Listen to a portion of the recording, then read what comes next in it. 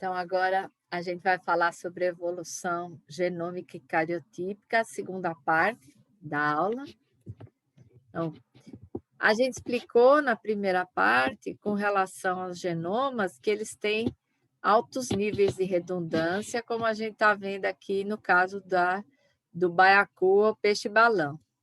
Mas o que é que está por trás, né, dessa redundância toda que os genomas eucariotos têm? Uma das questões a gente já viu na aula de alterações estruturais, né, que é o processo de crossing over desigual, que leva ao aparecimento de uma duplicação e também de uma deleção, né? Então, aqui mostrando, só recapitulando, se eu tiver aqui, esse é um pareamento incorreto. Se eu tiver um crossing over em qualquer lugar, né, que houver um crossing over, pode ser aqui, aqui, aqui, exemplificando, eu pus o crossing over aqui. Então, esse cromossomo que era ABCDEFG, ele vai gerar um cromossomo ABCFG, tá aqui, com deleção de DE, né? E outro cromossomo ABCDEDEFG. Isso é chamado de duplicação segmental, nesse caso aqui, ou seja, eu tenho duas vezes na mesma região aquela sequência repetida, né? Esse processo é um dos processos que se considera que está por trás do que a gente chama de geração de novos genes, como eu falei, né? Ou neofuncionalização. Se vocês lembrarem, na aula a gente falou, né, com o exemplo das globinas, né? Então, se considera que esse processo de duplicação ele está por trás do aparecimento de novas variantes de genes que eles têm partes em comum e partes diversificadas. Então, por isso eles se classificam como uma família gênica, quer dizer, esses genes todos originaram de um gene ancestral, né? Então, no caso das globinas, por exemplo, se sabe que aconteceu isso. No caso das estonas também, nós não temos aquelas estonas que têm uma região conservada e regiões variáveis, todas elas originaram de uma estona ancestral, né? No caso dos genes ribossomais, né? Das polimerases, então tem vários genes onde se considera que isso aconteceu. Então, aqui exemplificando, né? Eu tenho aqui um gene ancestral, houve uma duplicação desse gene, e aí aqui, digamos que uma região desse gene, essa daqui, que foi duplicado, ela silenciou temporariamente e sofreu mutações. Como ela não estava se expressando, né? Esse gene não se expressava, ele pôde acumular mutações durante esse tempo de silenciamento, que pode ser por várias gerações, por milhares, milhões de anos. Se numa situação nova esse gene for reativado, ele pode ter uma função diferente. Então, com isso, a natureza, né, a evolução, gerou um novo tipo de gene. Uma outra opção é que o gene duplique e ele continue funcional e com a mesma função. Então, esse é o caso de genes repetidos, né? A gente não tem os genes ribossomais, onde a gente tem lá centenas até milhares de cópias do mesmo gene, né? E esses genes foram uma vantagem, por quê? Porque o organismo precisava muito do produto daqueles genes. E aqui a outra possibilidade é que você tem um gene que ele não funciona mais, que pelas mutações que ele sofreu, ele é um gene que perdeu a função. Então, ele parece um gene, mas ele não é um gene de verdade, por isso é chamado de pseudogene, né? Então, a duplicação ela é o principal mecanismo de origem de genes novos, né? A cópia do gene, eventualmente, ela é silenciada, né? E pode adquirir uma nova função, né? Que a gente chama de neofuncionalização. E outra opção é que esse gene seja duplicado e continue se expressando com a mesma função, ou que esse gene seja um gene quebrado, um gene que não funciona mais, um pseudogene.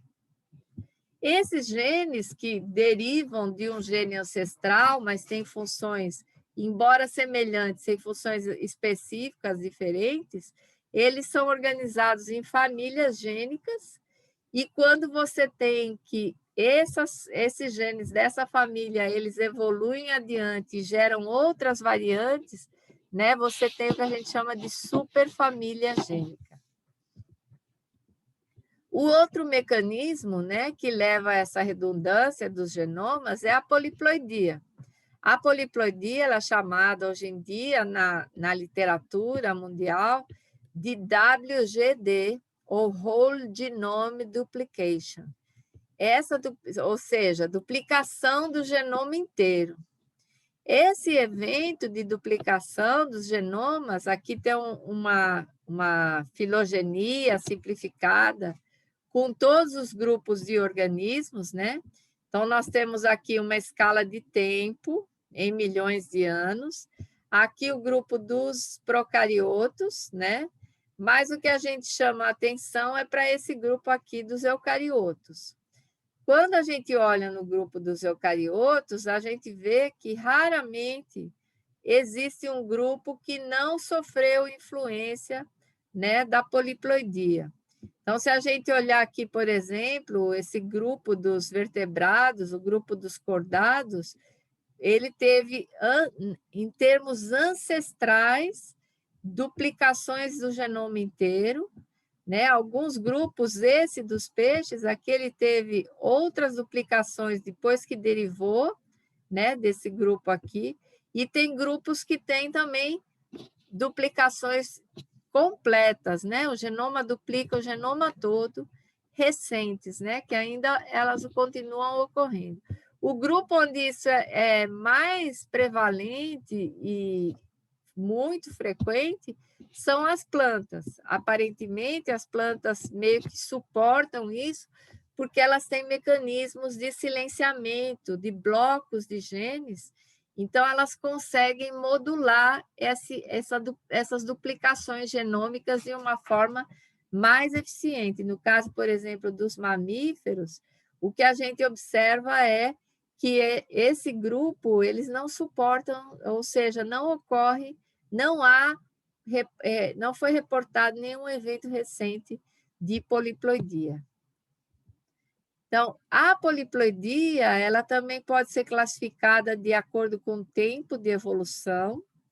Então, o que é que a gente tem, né? Isso também se aplica mais a plantas, mas também pode ocorrer em vermes, que seriam organismos poliploides que convivem com seus ancestrais diploides. Então, aqui eu tenho os dois diploides, são espécies diferentes, ou espécies relacionadas que tenham diferenças entre si, mas ainda não tenham barreiras reprodutivas. Essas duas espécies se cruzam e foi gerado um poliploide, né? No caso aqui, dependendo da diferença desses ancestrais, né, ele vai ser alto ou alopoliploide. Mas ele convive, essas espécies atuais ainda existem. Isso é o caso daquele exemplo que eu dei em aula do trigo, né? O trigo, ele tem os ancestrais diploides do trigo lá na região do Mediterrâneo, eles existem até hoje, né? Então são espécies inclusive que são usadas no melhoramento do trigo cultivado. Já os paleopoliploides, a gente designa dessa maneira as espécies cujos parentais diploides não são mais encontrados. Aparentemente, só os poliploides sobreviveram e os diploides estão extintos. Esse é o caso, por exemplo, do gênero Saccharum, que é o gênero da cana-de-açúcar, que eu também mostrei para vocês em aula. Esse grupo da cana-de-açúcar, todas as espécies identificadas e analisadas até hoje, elas são poliploides. Então, possivelmente, os poliploides eles têm uma vantagem sobre os diploides, do ponto de vista adaptativo, etc. Então, os poliploides sobreviveram, enquanto os diploides desapareceram, né, do nosso planeta, foram extintos. A poliploidia, né, ela tem uma importância enorme nas plantas e, frequentemente, ela está associada com hibridização. Então, no caso dos... Aqui tem um exemplo desse gênero, Crepes, que é da família da margarida, né, Asterácea ou Composite. Aqui mostrando duas espécies, uma com 2N igual a 8, outra com 2N igual a 6, que formaram um híbrido alopoliploide, e aqui mostrando a forma como eles pareiam na meiose, né? Esse cariótipo aqui só está mostrando um cromossomo, né? Representando cada par. E aqui é uma questão, né, de grupos aonde podem ocorrer esses cruzamentos em espécies diferentes. Esse é um exemplo do gênero Mádia, que é da família Asterácea também. Essa margaridinha aqui diferente. O que acontece aqui? Ó, esses indivíduos aqui, todos os que têm essa linha contínua, eles foram cruzados, mas o híbrido é estéril. Onde tem essas linhas que são pontilhadas, elas não se cruzam, já tem barreiras reprodutivas, né? Aqui onde os híbridos foram formados e são viáveis, né? E aqui os híbridos são parcialmente férteis. Então, toda essa região aqui com esse fundo aqui, que eles se cruzam e chegam a ter uma prole que é parcialmente viável, ela é chamada de complexo específico. Por quê? Porque, no caso, essas espécies elas não têm uma barreira reprodutiva bem definida, então é difícil você afirmar que elas são espécies diferentes, né? Elas podem ser ainda variantes que estão evoluindo, né? Raças cromossômicas ou genômicas da mesma espécie. Voltando para a questão da duplicação do genoma completo, depois que ocorre essa duplicação, tem se observado muito um fenômeno chamado de diploidização. Então, é a diploidização pós-WGD, pós-duplicação do genoma completo. Como é que é isso? Quando essa duplicação ocorre, né, você vai ter, para cada cromossomo que tinha na geração anterior, você vai ter 2 cromossomos. Né? Então, você tinha um par de um cromossomo, você vai ter 2 pares. Então, você vai ter 4 cromossomos no diploide, né, que são muito parecidos. Então, essa questão de ter essas sequências a mais, em quantidade redundante, aparentemente, isso leva em vários grupos, tem sido muito estudado nesses grupos, por exemplo, em peixes, em insetos, em vermes, e especialmente em plantas, né, que fazem muita poliploidia, que depois da poliploidia ocorre esse silenciamento parcial de algumas regiões, e depois parte dessas regiões elas são deletadas, elas são perdidas, né? E ao longo do tempo, em alguns organismos, isso pode ser um processo progressivo, onde vai se perdendo mais regiões, e se acredita que foi isso que aconteceu com aquela planta modelo que eu falei, a Arabidopsis thaliana, né? Então, a mesma coisa com a levedura, né? Onde tem regiões que estão lá redundantes e outras regiões que não estão redundantes. Por quê? Porque elas foram sendo eliminadas. Então, esses 2 processos, a duplicação segmental e a poliploidia, eles estão por trás dessa questão dessas redundâncias, e essas regiões duplicadas, elas ainda podem ser diploidizadas, ou seja, elas vão sendo perdidas ao longo, né, do tempo evolutivo daquela espécie. Aqui mostrando um estudo bem recente, de 2018, aonde eles avaliaram essas duplicações cromossômicas, né, do genoma completo, poliploidia, a influência disso nos vertebrados. Então, aqui está mostrando, né, o ancestral aqui dos cordados, né? Aí, aqui, esse 1RWGD, que é a primeira rodada de duplicação do genoma completo, e a segunda rodada de duplicação do genoma completo. Esses dois eventos aqui, eles são, assim, super bem confirmados por dados de genômica comparativa, né? Aí, aqui, quando surgiram, né, os vertebrados, houve uma evolução divergente que deu origem a esses grupos todos, né? E aqui, só nesses peixes teleósteos aqui, se acredita que ocorreu essa terceira rodada, né, de duplicação do genoma completo. Por isso que esse grupo tem genomas bem maiores, né, do que os outros vertebrados. Aqui só mostrando que se acredita, né, que havia 17 tipos de cromossomos nesse ancestral aqui, e aí, ao longo do tempo, né, eles foram sendo duplicados aqui, ó, a segunda rodada, a primeira rodada de duplicação, a segunda rodada de duplicação, e vejam aí que eles vão caindo o tamanho dessas barrinhas, né? Em alguns eles ficam quase inexistentes. Por quê? Porque eles vão diploidizando, eles foram perdendo partes, né? E aqui, esse grupo aqui são as regiões em comum de 49 espécies, né, os cromossomos de 49 genomas desse grupo dos aminiotas que esse trabalho analisou. Então, essas análises de genômica comparativa, elas são sensacionais, né, para a gente entender o que é que está por trás do que a gente enxerga hoje, né? Quando você sequencia um genoma, é meio que uma foto atual daquilo que está nesse momento. Mas o que será que aconteceu ao longo desse tempo, né? Dessa escala enorme de evolução desses grupos?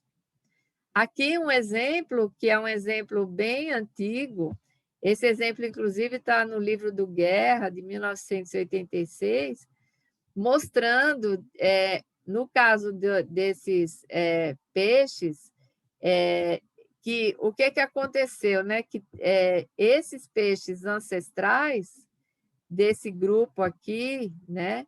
Eles tinham genomas que são 3 vezes maiores do que os peixes ósseos atuais. Esse peixe latiméria, que é um peixe da Ásia e da Índia, ele é considerado uma espécie arcaica, que a gente chama também de fóssil vivo. O que é um fóssil vivo? Fóssil vivo é um organismo onde todos os organismos daquele grupo, daquela ordem, às vezes, quer dizer, um enorme grupo que tinha uma grande diversificação, todo mundo foi extinto, só sobrou o Latiméria. Então, por isso que a gente chama, embora ele seja vivo, né? Ele é o representante desse grande grupo que a gente só conhece pelos fósseis. Nas plantas, por exemplo, a ginkgo biloba é um outro exemplo, né?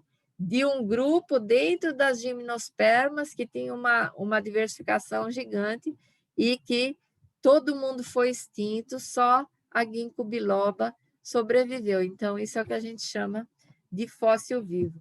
Então, à medida que esse peixe, né, os descendentes dele foram sendo, que seria todo esse grupo aqui, né, foram evoluindo, né, o que aconteceu? Os genomas foram ficando menores, eles foram meio que diploidizando, né?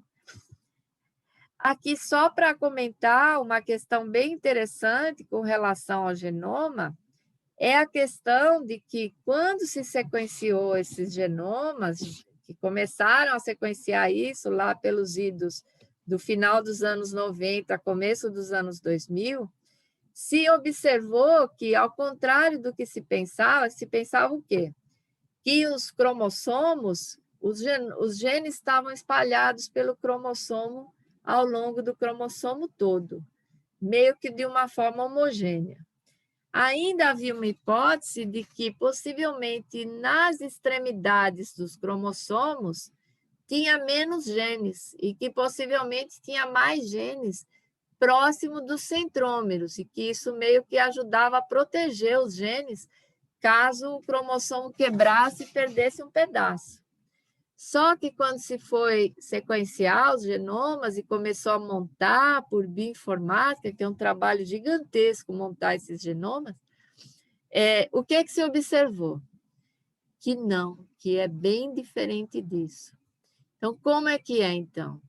O que se observou aqui está mostrando a densidade gênica relativa, aonde a região preta é muito baixa, quase inexistente de genes, azul também bem baixo, né? Isso é em número de genes por milhões de pares de bases, né? Aqui verde também baixa, vai ficar alta quando é amarela, laranja e vermelho, é onde tem a maior densidade gênica. Então, olhem aqui a situação. Na região dos centrômeros, em volta do centrômero também, quase que deserto gênico, não tem quase gene nessas regiões. Quando você vai chegando nas regiões intersticiais mais próximo das pontas, é que fica amarelo e laranja ou até vermelho. Ó. Então, isso foi uma enorme surpresa para os pesquisadores. Então, o que acontece? Os nossos cromossomos, eles têm grandes extensões de desertos gênicos e regiões, de repente, de megalópolis gênicas.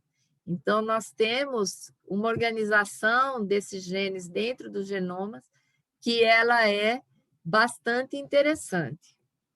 Com relação a esses desertos, o que se imaginava? Que as regiões dos genes, que elas tinham uma conservação, de ordem, de posição, mas que os desertos gênicos, que as sequências podiam variar muito mais, Então, quando se observar, se observou que não, que esses desertos, eles também são regiões conservadas. Então, aqui tem um trabalho onde eles fizeram o quê? Eles pegaram sequências do cromossomo 13 de ser humano e de mais 6 espécies de vertebrados.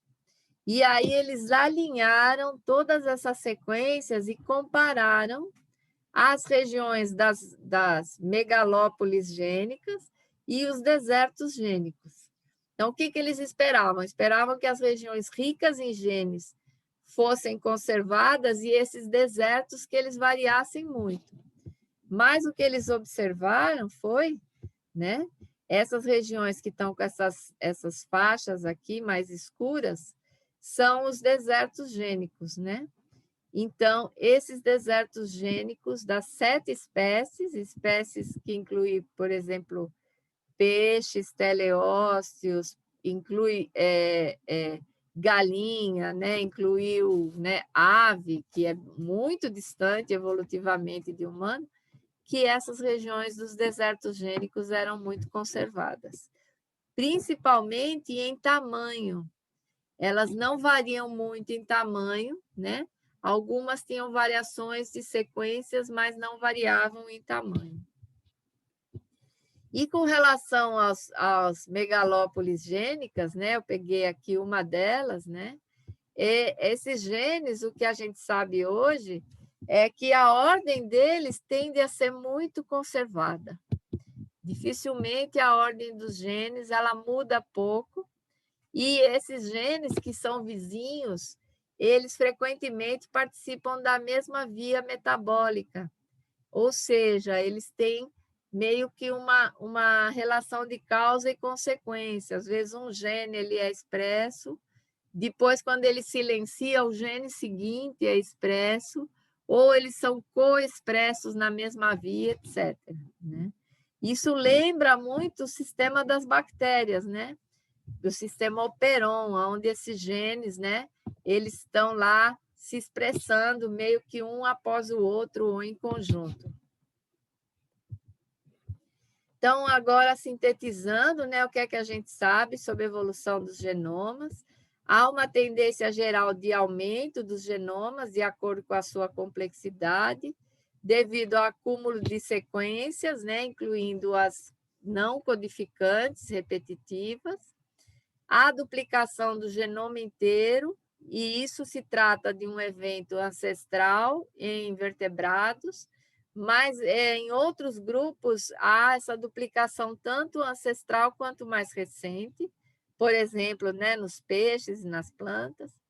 Há grupos onde ancestrais diploides ainda coexistem com os poliploides, né, os neopoliploides, e outros onde os diploides foram extintos, só permanecem os poliploides, né, que são os paleopoliploides. Após a poliploidização, né, o WGD, como eu falei, pode ocorrer eliminação de sequências, que é um processo chamado de diploidização. Embora exista uma tendência geral de aumento dos genomas, quando a gente compara grandes grupos, há grupos mais complexos com genomas menores que os ancestrais, com número de genes semelhante, né? Sendo essa variação entre esses grupos devida ao DNA não codificante ou repetitivo. A distribuição e a ordem dos genes ao longo dos cromossomos não é casual ou aleatória, havendo uma tendência à formação de grupos conservados.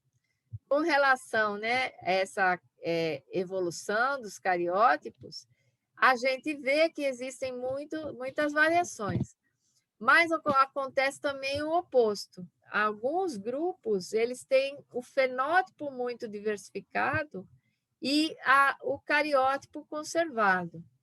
Então, esse gênero de planta, Delphinium, que é da família Ranunculácea, é um exemplo assim.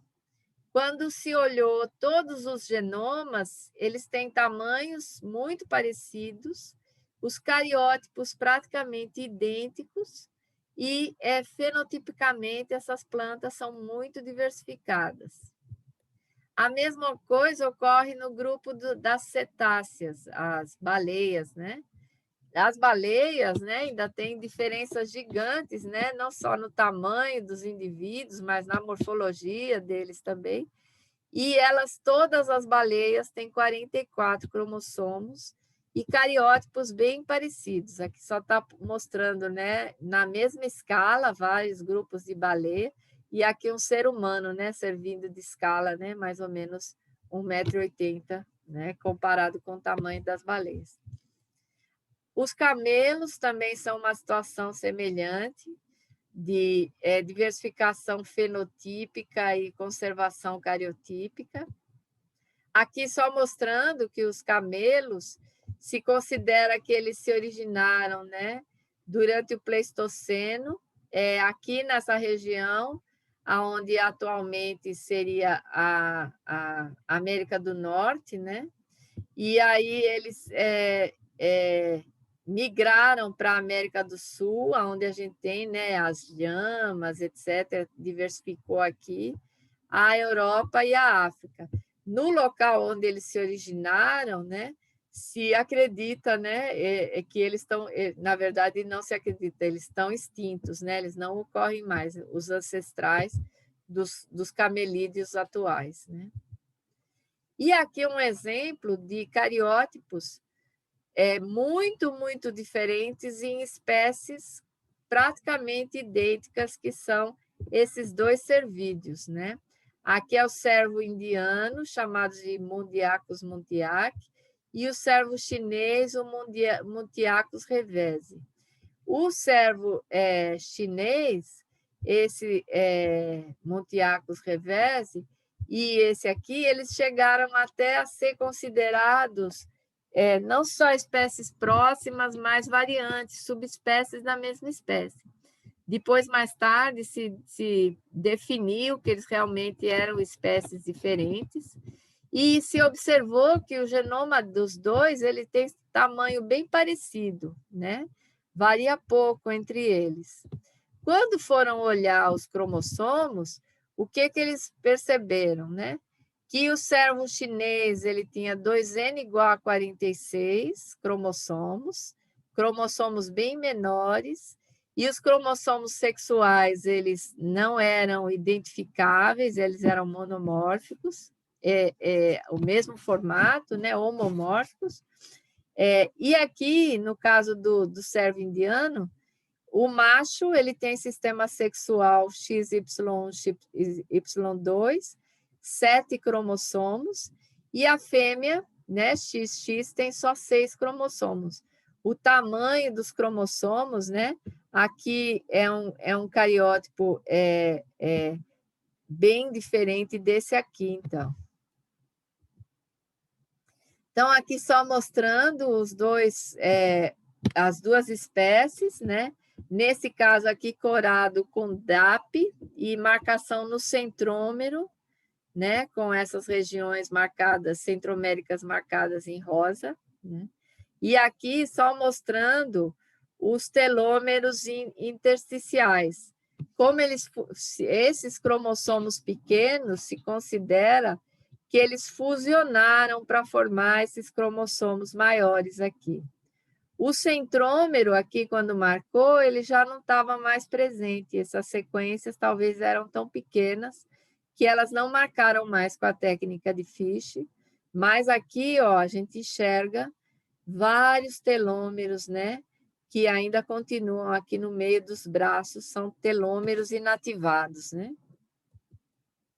Então, aqui fazendo aquela outra técnica de pintura cromossômica, o que a gente observa, né?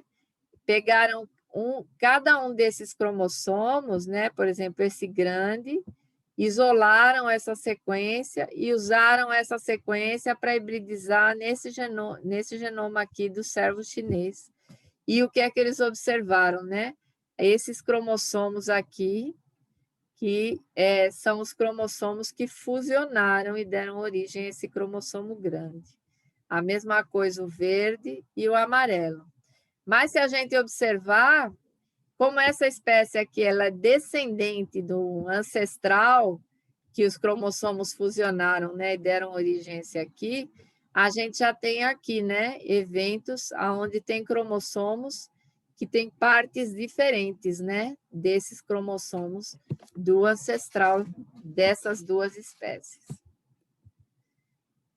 Os caprinos são outro grupo, né, que, como cervídeos, tem muito desses processos de fusão em tândem e translocações robertsonianas também. Então, aqui esse grupo se considera, né, que ele surgiu também aqui nessa região, mais ou menos na Europa oriental. E aí, o que houve aqui, né? À medida que eles foram migrando para essa região aqui da América do Norte, houve progressivamente uma redução dos cromossomos, baseada nessas fusões cêntricas e fusões em tândem que aconteceram possivelmente nesse grupo. Aqui, só para fechar, no caso dos humanos, né? A gente também tem um evento de fusão, quando se compara os nossos cromossomos com os cromossomos, né, dos outros primatas. Então, nós temos aqui, comparando o humano com chimpanzé, tem alguns eventos aqui que estão marcados, né? Aqui no cromossomo 1 tem uma duplicação em humano, né? Aqui tem uma fusão de 2 cromossomos, que gerou o nosso cromossomo 2. No cromossomo 4, uma transposição. No 5 também. Aqui uma transposição com inversão, né? Aí, aqui, ó, duplicação e transposição, e assim por diante, né? Então, vejam, e o chimpanzé, ele é um dos grupos, né? Considerando os organismos atuais, né, mais próximos do ser humano. Então, aqui só mostrando, né, O primeiro cromossomo é o cromossomo humano, o segundo é chimpanzé, o terceiro é o gorila, o quarto é o bonobo, né? Então, isso a gente está fazendo comparações dos homeólogos, né? Todos esses cromossomos aqui, eles têm uma origem comum no ancestral desse grupo aqui dos primatas, né? Então, essas análises de homeologia e comparação de genômica comparativa, elas permitem também que a gente faça um estudo que é chamado de sintenia. O que é sintenia? Sintenia, ela pode ser feita, por exemplo, como foi nesse trabalho aqui. O que é que eles fizeram? Eles pegaram os cromossomos do lêmure, os cromossomos do humano. Para cada cromossomo humano, eles marcaram as sondas e analisaram no lêmure. Ou outra forma de fazer isso é olhar na sequência do genoma e identificar o que tem no genoma que é igual ou muito semelhante, né, que tem homologia com outro genoma. Então, se vocês olharem aqui, né, tem alguns cromossomos bastante conservados, né, ó, né, esses que têm essas faixas mais grossas, né, que a gente vê que tem uma conservação bem grande entre humano e lêmure. Essa conservação analisada em grandes blocos, ela é chamada de macrosintenia. E aqui um outro exemplo, quando a gente comparou, nessa análise, os pesquisadores compararam videira, sequências de videira com as sequências da pera. Então, nesse caso, eles compararam a posição dos genes nos cromossomos, a ordem dos genes. Nesse caso, a gente chama de microsintenia. Então, macrosintenia, grandes blocos, microsintenia, ordem dos genes, né? Em uma determinada região dos cromossomos. A pera e a videira, eles são espécies que, evolutivamente, elas são muito diferentes, muito divergentes entre si. Aqui um outro exemplo, analisando o que eles fizeram. Eles pegaram cada cromossomo do camundongo, né? E analisaram no genoma do humano a posição dessas sequências. Então, ó, o cromossomo 1, a maioria dele está aqui, né? Ó, mas tem também aqui no 2, né? Tem, na verdade, uma evolução, né? Entre nós e o camundongo, né? O camundongo tem 21 cromossomos, nós temos 23, né? Mas tem cromossomos, se você for olhar o X, por exemplo, que ele tem um grau de conservação bem significativo. E aqui o contrário. Aqui o que é que eles fizeram? Eles pegaram o genoma humano e olharam em que regiões do camundongo essas sequências de humano estão. Por que se faz esses estudos, né, de sintenia? Porque é importante, né? O camundongo é modelo experimental muito importante para o humano. E quando se sabe hoje da importância da ordem desses blocos para a funcionalidade do organismo, também das regiões entre genes, etc., esses estudos eles são bastante interessantes. Então, você entende a evolução, mas você também pode entender implicações que a evolução traz quando você compara esses organismos. Né? Aqui mostrando, no caso, entre o humano e o gorila, nesse caso aqui é impressionante a conservação, né? Vejam aqui que o gorila, né, ele tem essa diferença aqui do 12 e o 11, né, que fusionaram e deram origem ao cromossomo 2 de humano, né?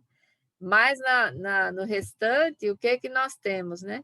Nós temos algumas regiões do gorila que não estão presentes em humanos, esses quadradinhos que a gente vê, e regiões de humanos que não estão presentes no gorila. Mas, no geral, homologia entre esses dois cariótipos ela é altíssima.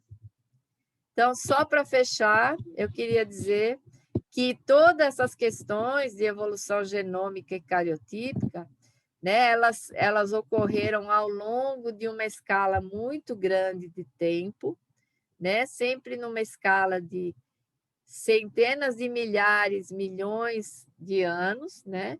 No caso de considerar todos os grupos de seres vivos, bilhões de anos, né?